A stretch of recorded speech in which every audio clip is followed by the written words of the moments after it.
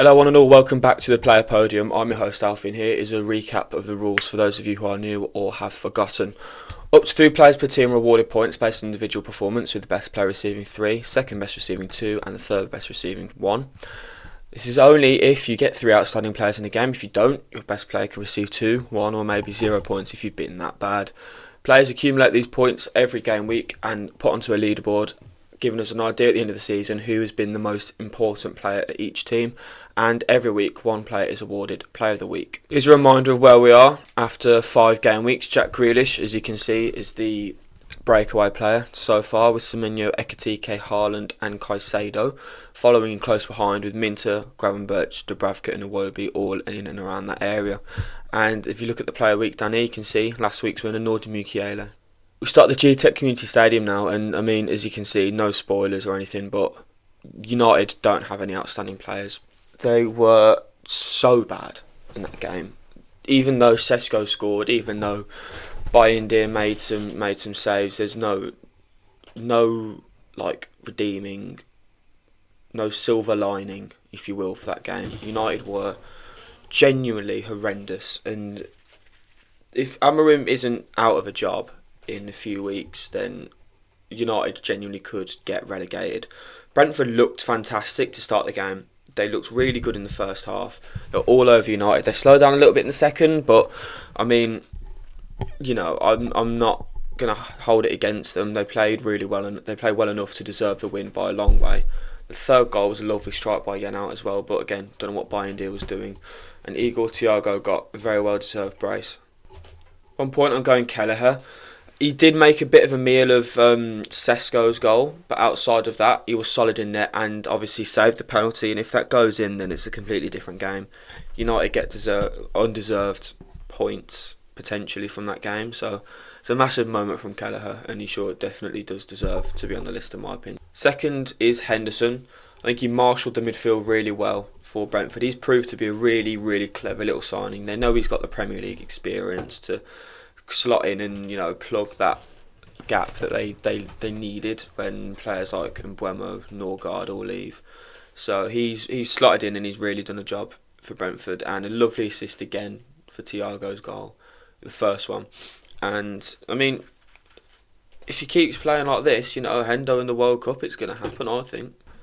And undoubtedly deserving of the 3 points is Igor Thiago. I was thinking about him for Player of the Week, but I mean, in my opinion, he was, after the 2 goals, he was a bit absent, you know. And obviously, he scored 2 goals, so you're not going to complain at him not doing much for the rest of the game, because he has contributed in a massive way. But then again,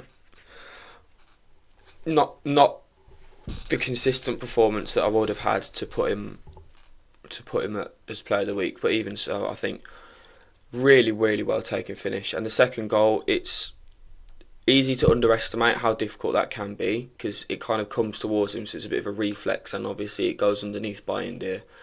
And I don't think there was a lot Bayindir could have really done, because he was obviously getting up, so he had to get down as quickly as he could. But yeah, 2 really good finishes and 3 points for Igor Thiago. Chelsea 1, Brighton 3. I was seriously tempted to give Chelsea no players scoring points as well in this game, because I thought this was a very, very poor performance from Chelsea. The team that won the Club World Cup just doesn't seem to be there at the moment. I know they're lacking Palmer. They've got injuries at the back, which doesn't help. But at the same time, I mean, 2 red cards in 2 games. I don't know what Maresca's feeding them before these games, but it could have been 2 in that game as well. I'm very surprised that Cucurella didn't get a red card, if I'm going to be completely honest. He kind of impaled Minter. I understand that it was quite low down for him to go for a header, and Cucurella, it wasn't Cucurella, it was Gusto, sorry. Gusto impaled Minter. I know it was low down, so he had the right to play the ball and try and play the ball, but when Minter's going for the header there, you know, I mean, it could have easily been a red on a different day with a different ref. But yeah, a really, really solid performance from Brighton. Much more, what's the word? Clinical.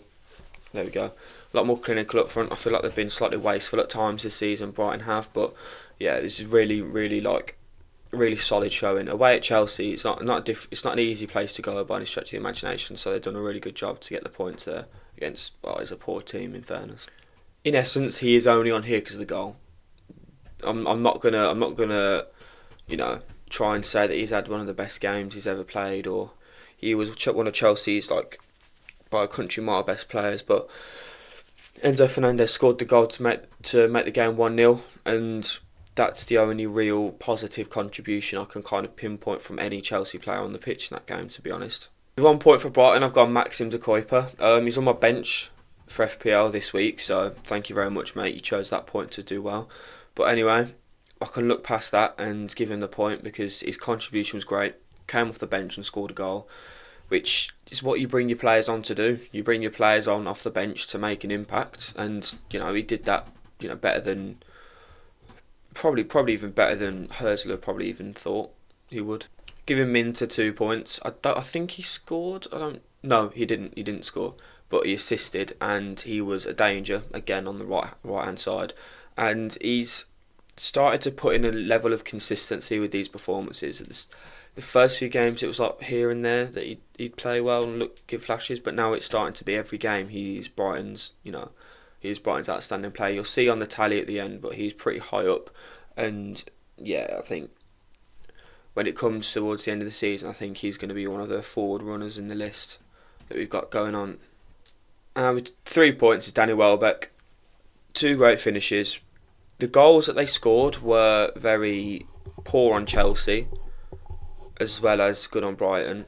So it's not as if he broke down this impenetrable back line to score these goals. But yeah, really two really good strikers' goals. And this is Danny Welbeck's always got this, in his locker. When Brighton need it, he can always pop up and score. He always does this little purple patch. So maybe if you're an FPL enthusiast, this is your time to get Danny Welbeck in your team for 5 weeks. But yeah, solid performance from Welbeck. 2 goals, can't complain.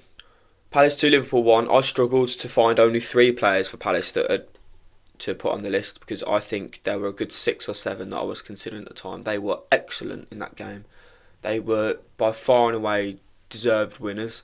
You thought Liverpool might have done it again with the late ball, which was only slightly a handball. I mean, I don't know how they've not caught that, but yeah, either way. Excuse me. Yeah, I thought Liverpool looked poor compared to Palace. They had a few forays forward. That was kind of it. Alisson was monumental in keeping Liverpool in that match. He made a lot of good saves, but Palace were just so good. They had so many chances. They put the pressure on Liverpool all game. Munoz, Mitchell, Mateta, all great performances. Wharton was great. Across the back line, they were all fantastic. There was really no one that I could honestly fault in the game for Palace. And, they nearly got unlucky. It would have been unlucky if they didn't win that game.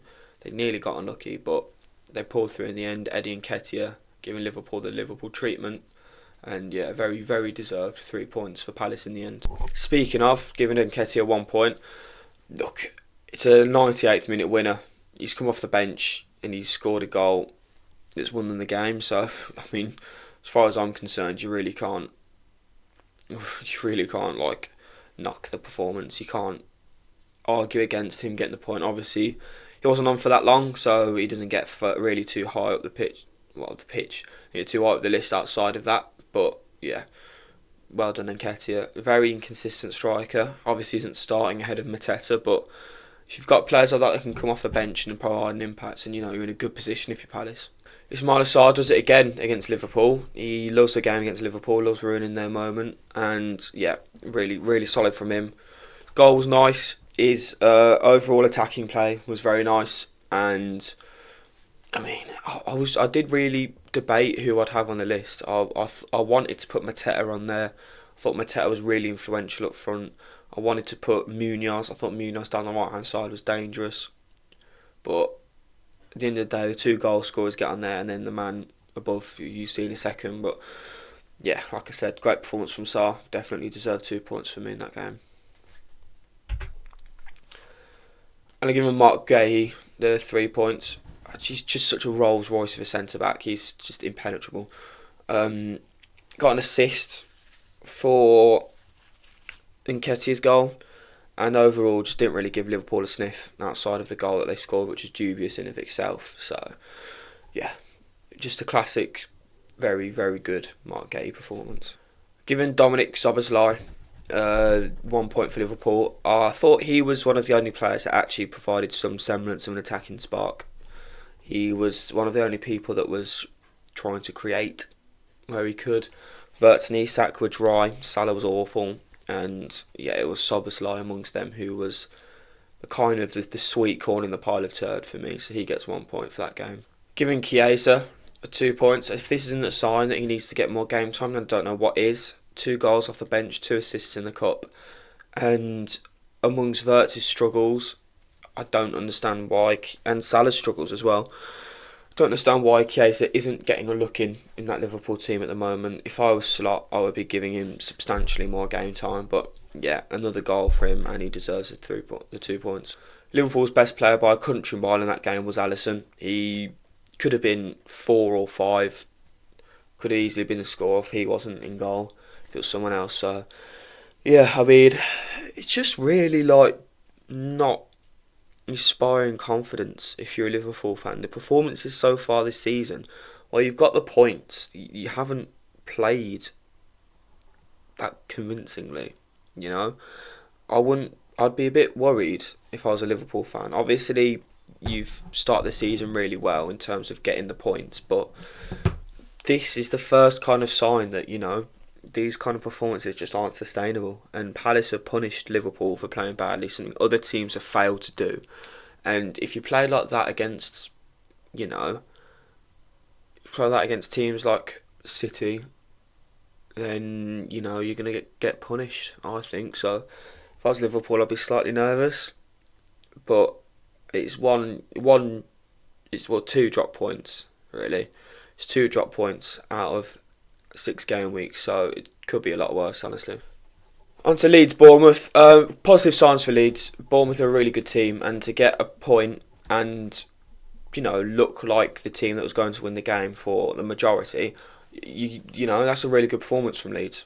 I think they've done really well to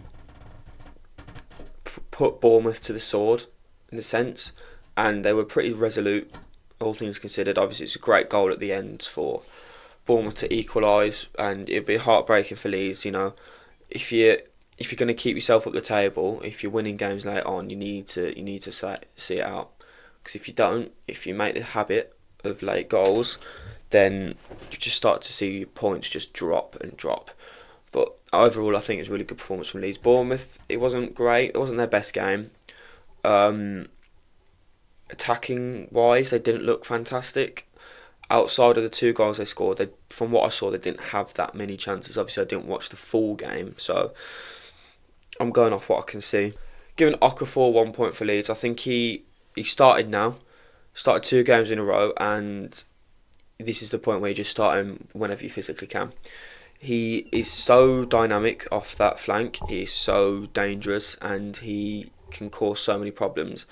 He wasn't as good in this game as he was in the Wolves game, but he was still a really, really, it's just still a good performance from Okafor, so he gets the point.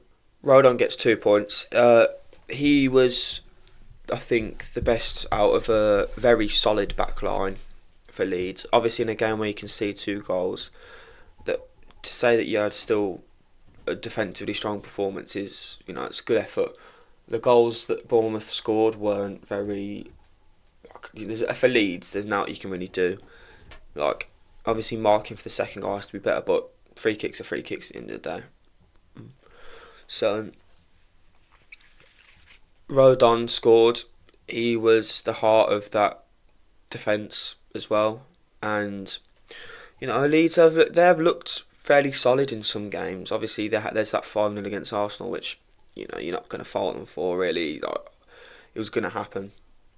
But yeah, they've looked really like defensively resolute in some of the games that they've played, and I think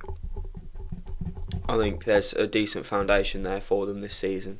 And at the top, we've got Longstaff. What a goal he scored! just fantastic finish, and overall just the general in the midfield for Leeds. He's been a really decent signing so far. Kind of gone under the radar in terms of signings.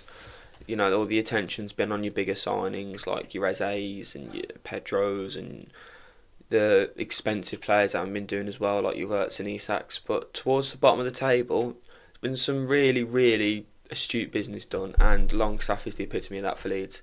He's been really solid in the midfield for them so far, and yeah, he's the kind of player that can keep them up if he's, you know, with his Premier League experience, he can marshal the midfield all season, and if they're going to stay up this year, I think he's going to be a big part of that.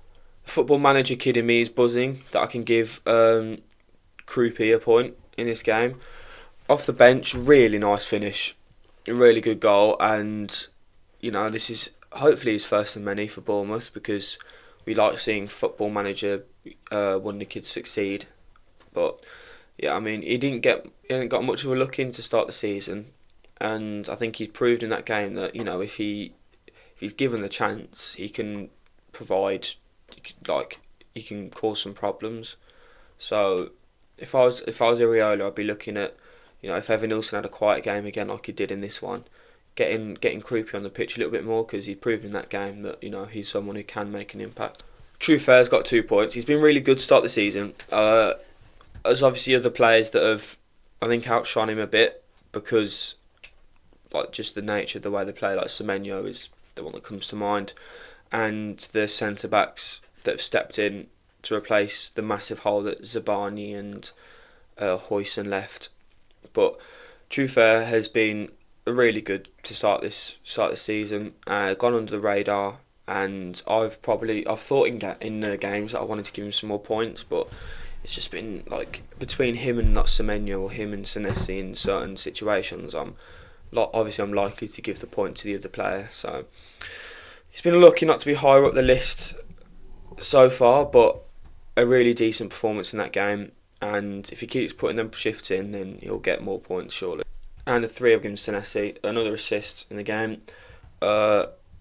Again, really solid for Bournemouth amongst their defensive problems. Which, well, I say defensive problems as if, you know, they have like outstanding defensive like issues, which they don't. The problems, I mean, in terms of like the uncertainty of the replacing of, you know, 3 of your 4 best defensive players. But Senesi slotted straight back into the side, and he's done great so far for Bournemouth, so you can't really fault him at all. City 5, Burnley 1. This was not a 5-1 game, I didn't think. I think 3-1 was a lot more of a reasonable scoreline, in a sense. Burnley crumbled at the back quite badly. Esteve had a horrendous game. If I could give negative points, I would give negative points to Esteve. But I can't do that, and I won't do that because that's a little bit mean. But yeah, City for a lot of the game looked like they couldn't really break Burnley down, which is quite surprising, because even then they were 3 goals up, but 2 of them were own goals, and Burnley did equalise at one point as well. But you know, this is Pep City at home, so you're not really going to get away with anything. They're going to put you to the sword eventually, and you know, Haaland popping up late on just really cemented that loss for Burnley fans. I was a bit unsure who to put for the 1 point for City, so I've gone Foden. It could have been. It could really have been anyone, because there were 2 players that were kind of above the rest, and then it's a bit murky around that. Everyone was like kind of solid, not massively outstanding, but Foden's influence on the first goal, I think, will put him in the 1 point position for me. Did well not to avoid the list in the end, but 2 goals for Haaland. It's stat padding, realistically. Those 2 were stat pads. They meant nothing to the result. At the end of the day, just made it look a bit more dominant. You felt like he would get a goal in this fixture. I had him captain an FPL, so what a king. But yeah, I mean, it's just 2 goals. It is a bit of a classic Haaland performance. Only that goals didn't come as early as you thought they would. You know, 2 goals, nothing really else outside of that. But so you get what you pay for with Haaland. You know what I mean? I thought a fantastic performance from Jeremy Doku in that game. He is starting to really put together a string of good games, and he's starting to prove me wrong, because I've been critical of Doku, and some of the criticisms are still valid. I think his end product lacks severely in front of goal. I think he's quite, not nervy, but just not really up to the scratch that City would need him to be, if you know what I mean. But on the ball, he's fantastic. Just danced through Burnley. I saw someone online the other day said he's the best winger in the league. Let's hold our horses a little bit, but he's started the season extremely well for City, and he's going to give Pep some headaches with choosing the team. So yeah, 3 points very well deserved for Doku, and I want him to keep playing well. I really do, because he's such an exciting player to watch. He's such a fun player to watch. He's kind of Madueke coded, but just better on the ball. But yeah, very well done, Doku. 3 points. This is a bit of a pity point, really, but Anthony scored, made it 1-1, which at the time was, big deal. So he can get 1 point, and outside of that, there was no one that played well for Burnley. Just really, I think they had 1 or 2 chances after they scored, and then after that, it was all City.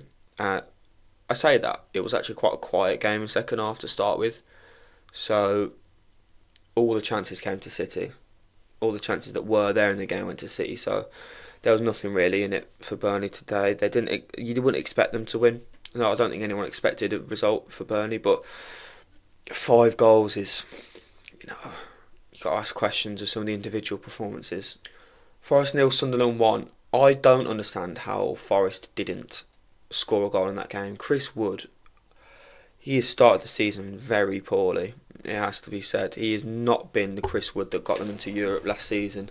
And they looked better in this game. This is probably Ange's best showing in for Forest this season. They really put the pressure on Sunderland, and they had so many chances to win. I just don't understand how they didn't score, really, to be honest with you. This is a massive win for Sunderland, though.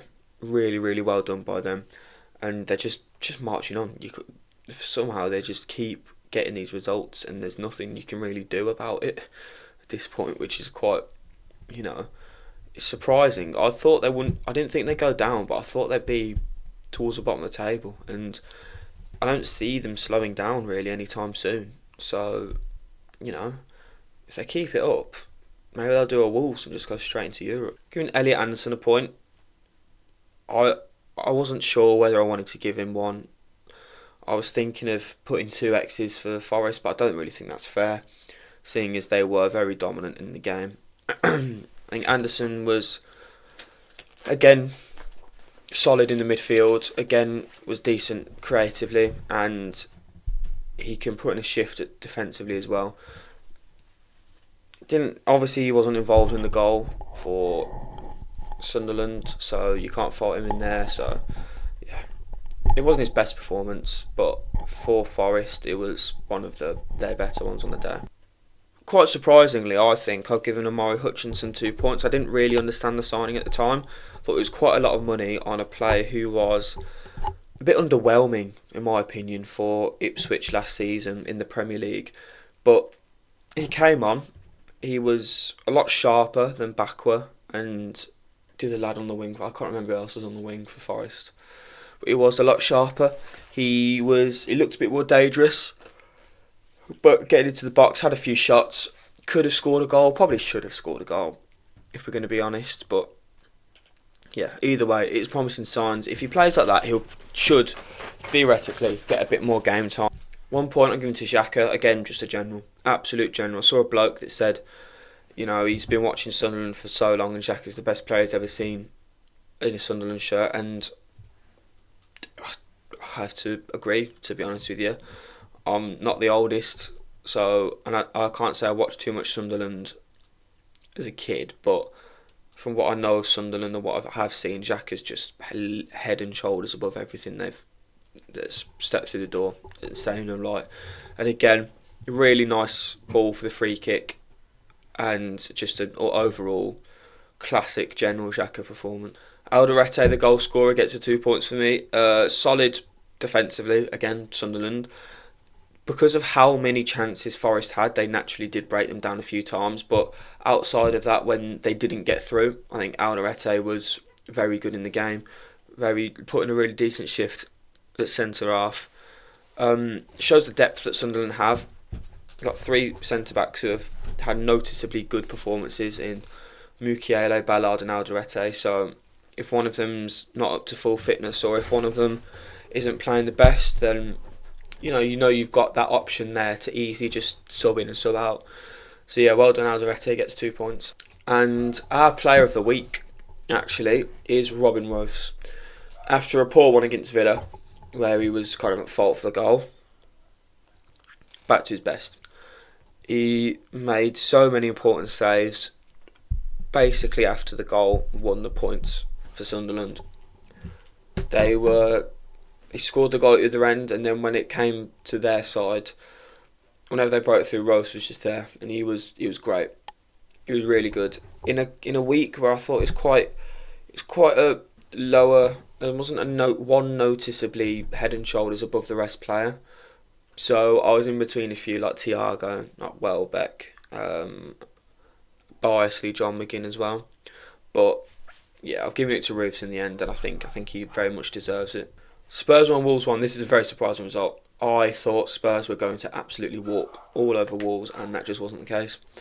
Spurs didn't look great in this game, I want to be completely honest.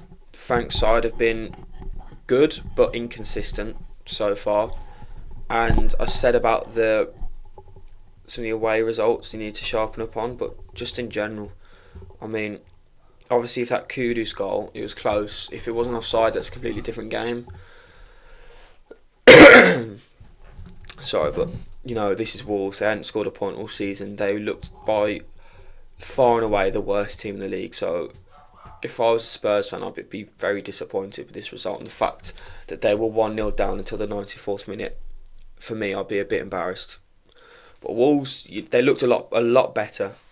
Going forward, they looked quite sharp. They looked like they actually caused Spurs some problems, which is quite new, to be honest, because they haven't really done that to a lot of teams this season. So it is positive signs for Wolves. The fact that they didn't hold out is disappointing. If you're a Wolves fan, I'd be unhappy that you conceded in such a manner. But even so, points are points. And away at Spurs is a difficult game. So if you told a Wolves fan at the start of the game that you're going to come away from this one with a point, I think they'd be fairly happy with that. Giving Kudus 1 point in a game where Spurs weren't as much of an attacking threat as they have been. I think he was probably the biggest attacking threat. It just wasn't a great showing overall. There was no one that was like the general level for Spurs wasn't high.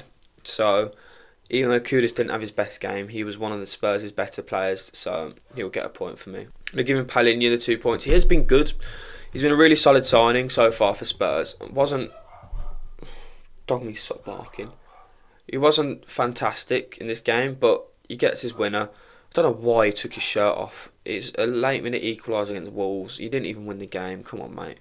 But even so, he got the goal. It was a very, very nice finish. I really like that goal. And yeah, nothing else really to say about the matter for Spurs. Giving Andre a point, I think he marshalled the midfield actually quite well for Wolves in the game.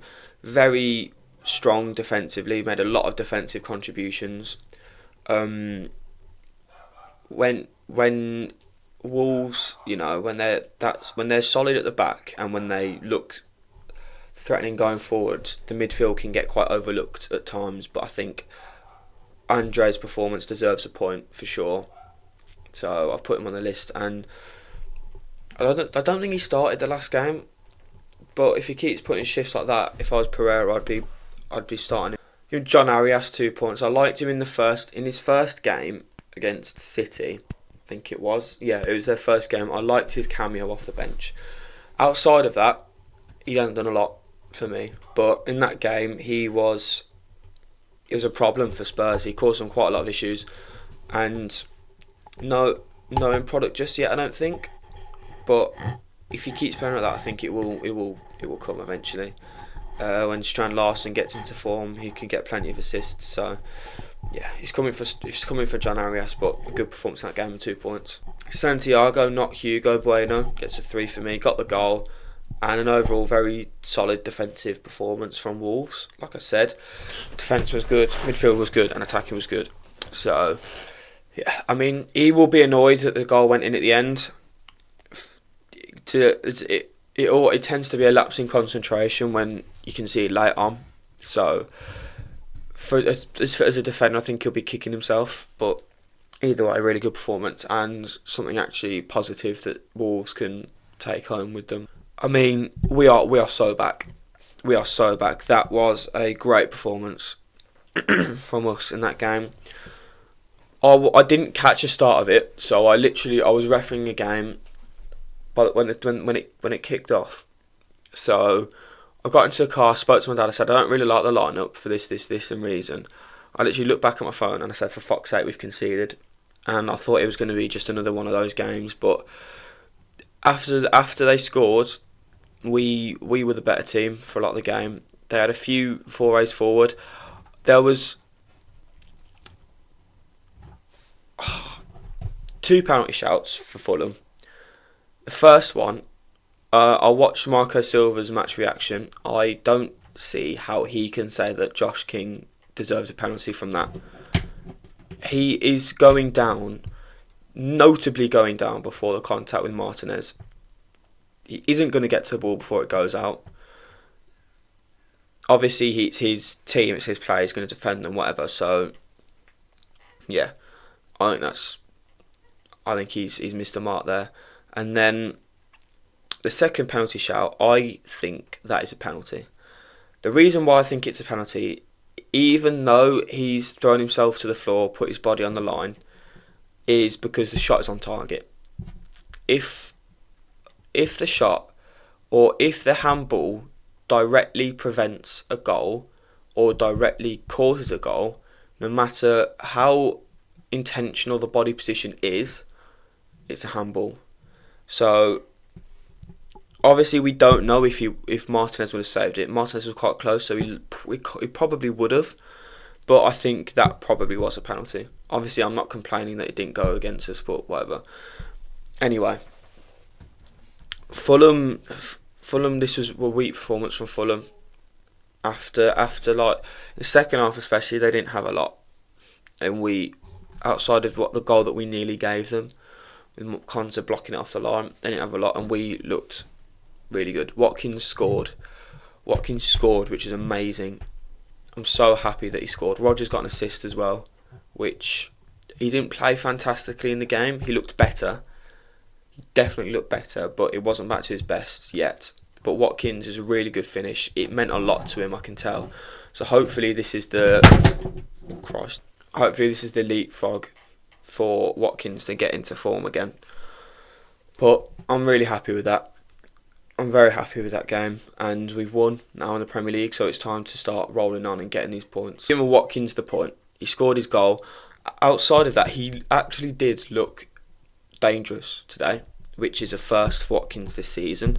He was getting in the channels like he likes to do. He was actually able to get the ball, get at the defender, and try and have the shot or lay the ball off.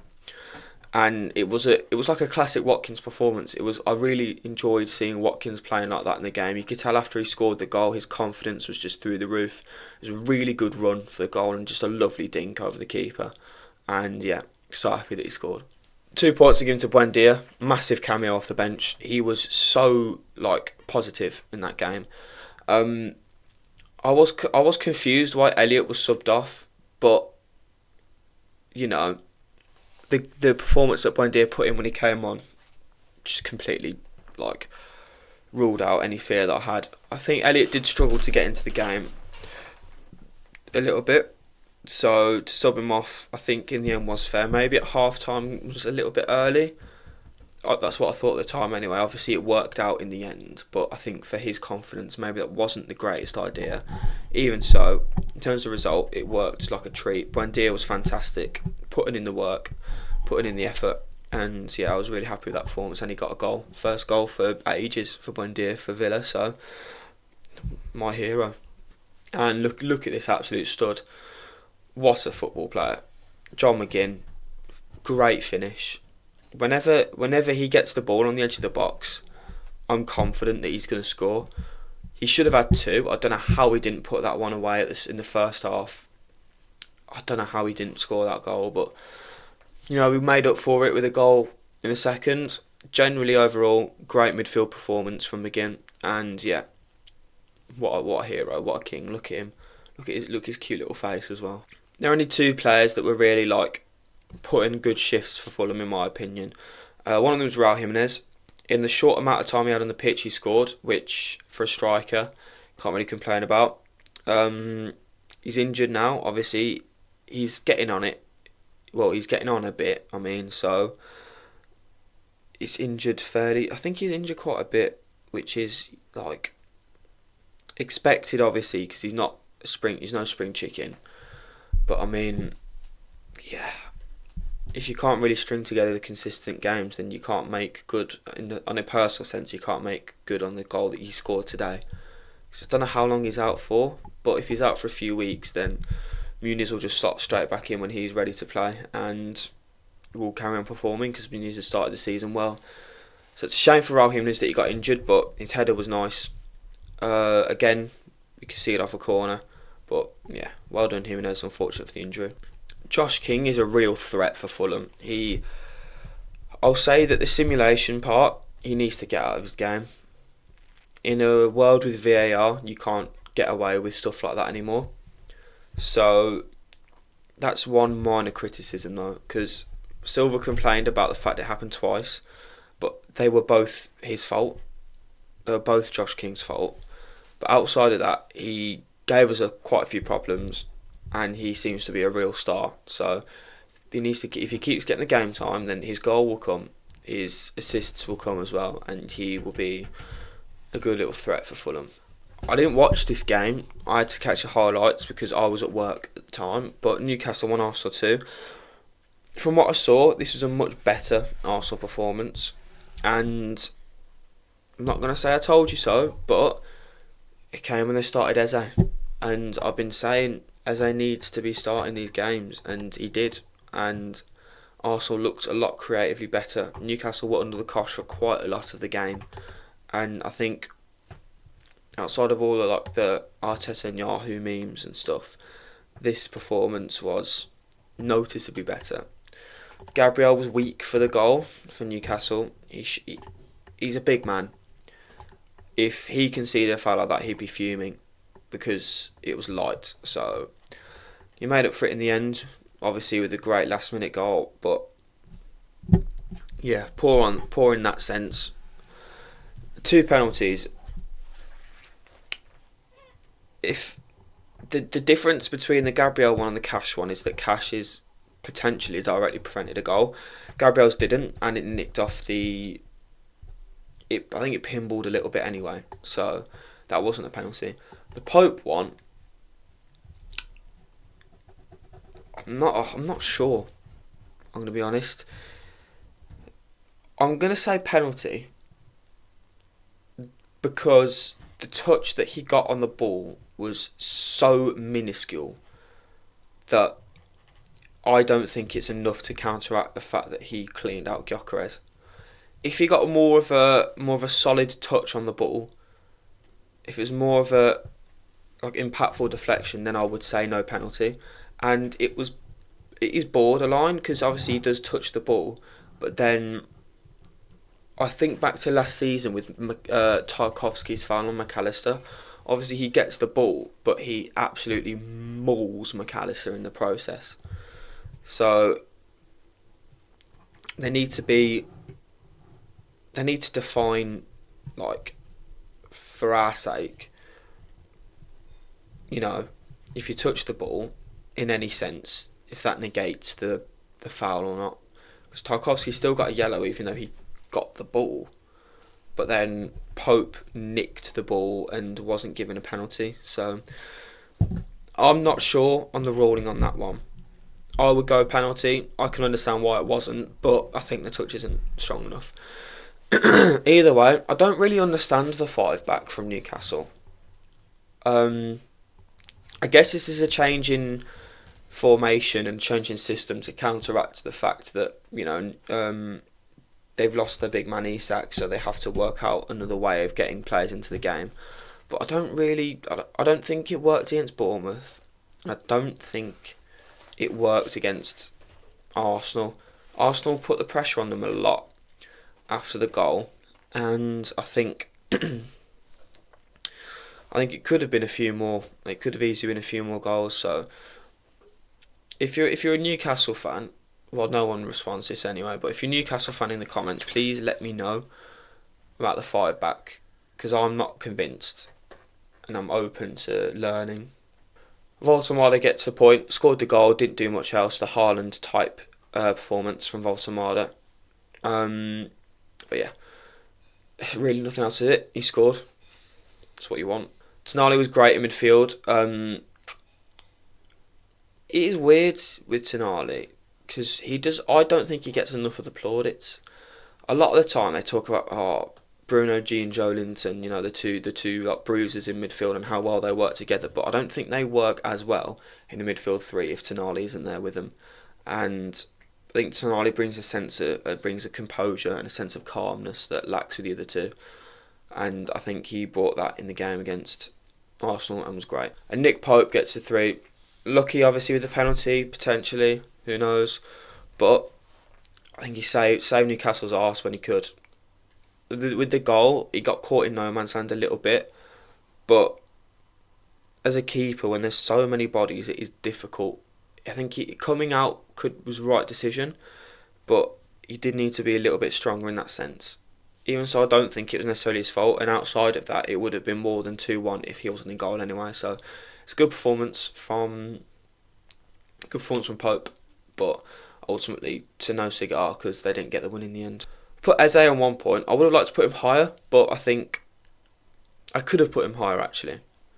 Maybe I should have, but I'm going to go with what I've got for now with this. And I think Eze, they look so much better with him. They look so much better with Eze on the pitch. It's ridiculous. If Arsenal sign a left winger, an out-and-out left winger, if they sell Trossard and sign a really good left winger, I think they are a massive threat. I think, obviously they're great at the back, obviously they're great in midfield, now they've got the creative threat in Eze and they've signed someone in Gyökeres who can score goals. They just need a left winger. I'm not convinced by Trossard, and Martinelli is, for me, better off the bench, and Eze isn't a left winger. So if Arsenal get a left winger in January, there could be a title push on. And Eze will be a main reason why that title push will happen, because he is just different gravy, honestly. Lucky to be on the pitch, Gabriel was. I think he clobbered Voltemade in the face at one point, which, I mean, if it's accidental then yeah, alright, but I don't think it was. Either way, poor for the goal, made up for it with the winner. Defensively was solid outside of that. So I'm going to give him the 2 points, but it could easily have been off the leaderboards. It was a weird one. I don't really know how to grade that Gabriel performance because he scored. He was a bit poor for the goal and potentially could have been off the pitch. But I'll give him 2 points because I think he was solid. Like, I think in the balance of things, I think he was good enough to get 2 points. I give him Rice 3 points. I think Rice was great in that game. I think he was really good in the engine. I think he was playing. I think his passing work was great and his defensive work was really good as well. So overall, I think he was probably he was Arsenal's best player for me. Not like the best in one particular area, but overall he was just very, very good. And I think he'll go under the radar because of the controversies in the game and stuff like that. But very good from Rice. Everton West Ham, I didn't watch this game. I caught the highlights. I don't have a lot to say about this game, I'm going to be completely honest, so I'm going to keep it very short. Good point for West Ham, I think. From what I saw off the highlights, Everton had more chances, which I expected at home. I expected them to win, in all honesty, so it's a good result, in my opinion, for West Ham. But, yeah, under Nuno, they're going to be a lot more solid defensively. And the fact they only conceded from I think it was a corner or a cross or something like that. The fact they only conceded from that, I think, is a positive sign.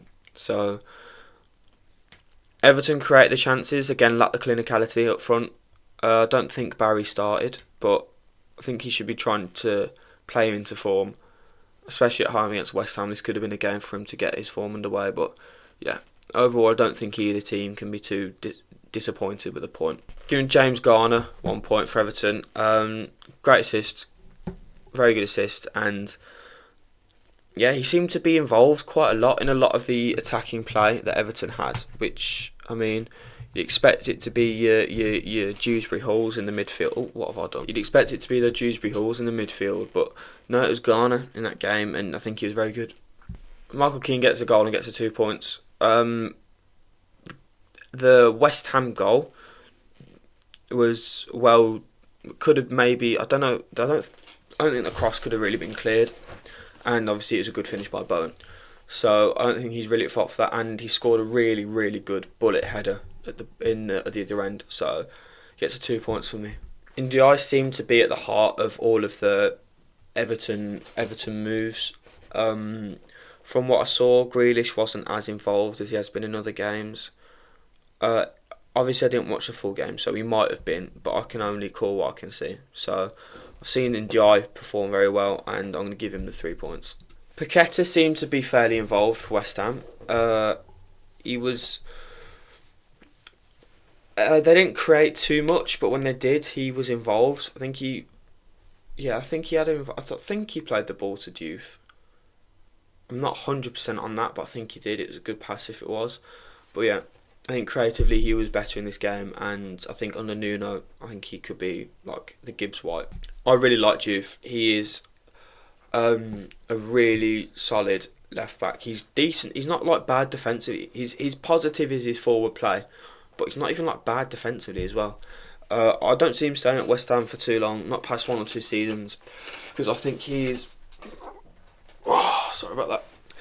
He is a really, really good left back. A really good ball in to Bowen. There was no one there in the box. There was no outlet for him to aim for, I don't think. But he got the ball to Bowen, and Bowen finished it off. So really good from Diouf in that game. And then Bowen scores for West Ham, gets the 3 points. Enough said, really. It was a good showing for him to scoring for. Like when he scores, it's always a good game for Bowen.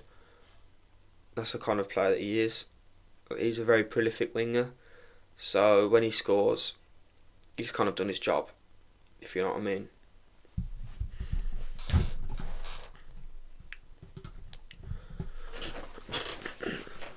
And that is it for this week. If we take a look at the standings so far, Haaland has broken away now. Minter has caught up quite a lot. Got Bowen and Ndiaye off the back of that game. It flew up to 9 points. Semenyo, Ekitike, Caicedo still there. Roofs and Senesi, and Gay as well, to be fair, all having underrated starts to the season in my opinion. And as you can see, Roofs added to the list of players of the week. That's all from me for this week. Thank you very much for watching, and let me know what I've got wrong. Thank you very much. See you.